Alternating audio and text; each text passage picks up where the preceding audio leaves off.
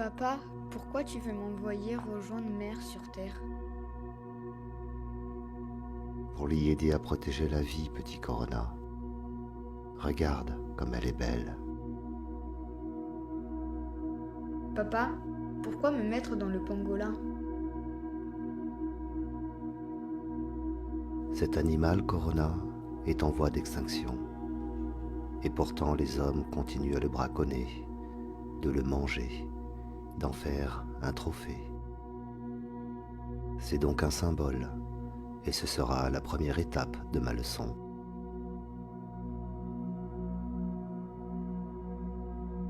D'accord, papa, mais pourquoi tu veux me faire naître en Chine? La Chine devient la première puissance du monde des humains.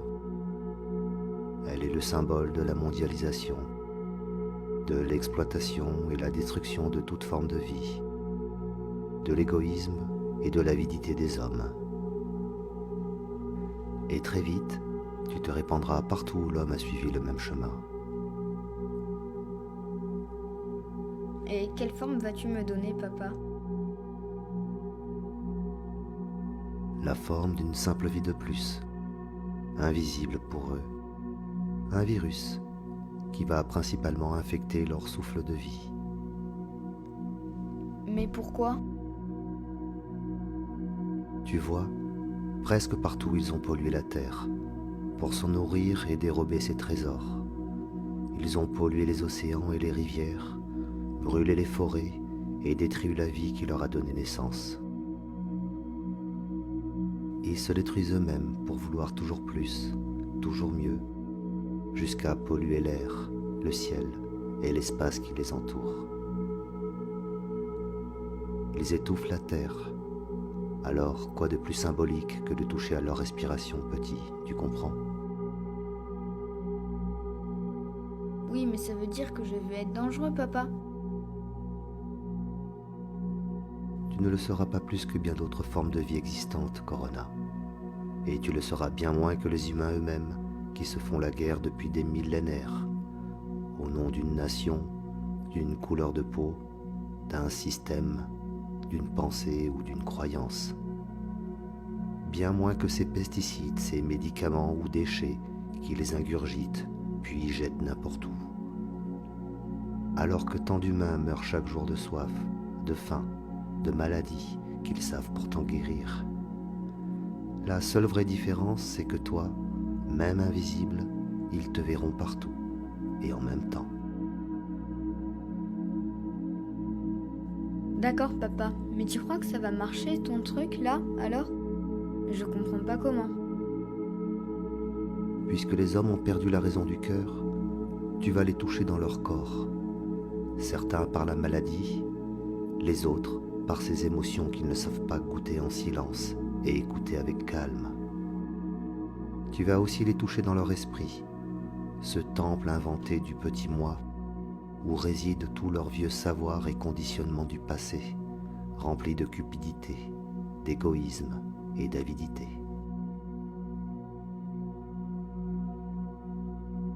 Oui, mais alors, les hommes vont avoir peur de moi. Oh mon petit, oui. C'est sur cela d'ailleurs que je compte pour qu'ils cessent de se croire civilisés et deviennent enfin des vrais humains. La peur sera là dès le début, partout, d'où qu'ils viennent.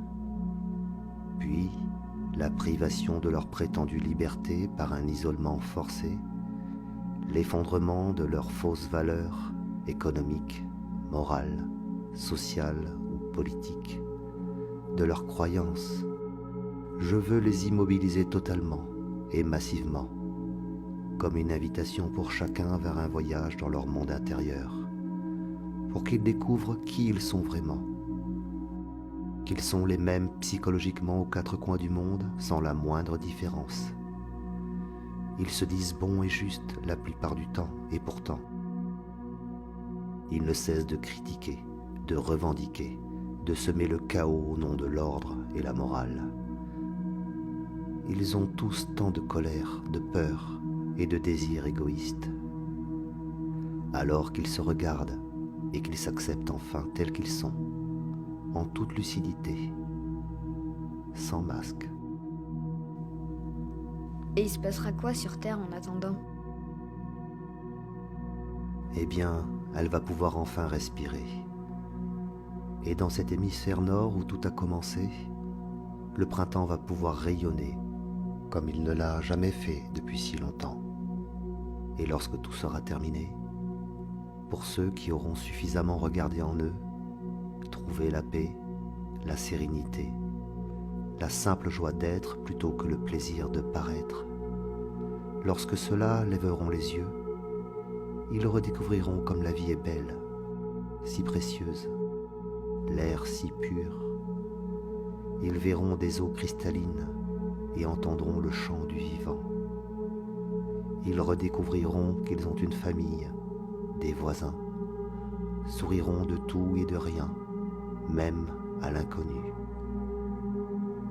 Et lorsqu'ils retoucheront à la terre, beaucoup lui donneront plus qu'ils n'en prendront. Et peut-être qu'ils seront assez nombreux pour inventer un nouveau monde, dénué du pouvoir de l'ego, du monde du désir et de la peur. Tu es dur, papa. Tu aurais pu alerter avant de taper aussi fort. Mais Corona, avant toi, j'ai envoyé plein d'autres petits, de tout type, des maladies comme des arcs-en-ciel, une simple brise ou la douceur d'une fleur, d'un arbre pour les envelopper, même une poignée d'hommes pour les guider. Certains ont compris, mais ils étaient trop peu, et leur monde s'y cloisonnait déjà. Les humains ont un cœur immense.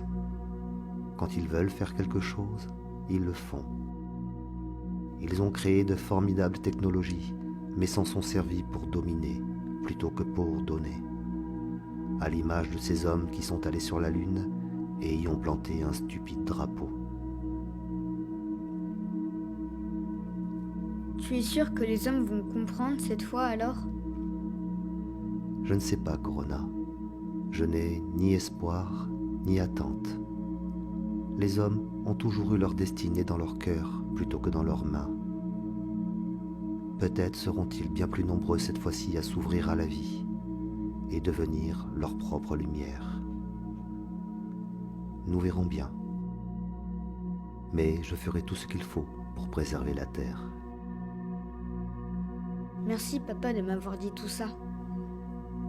Alors, tu es prêt maintenant ?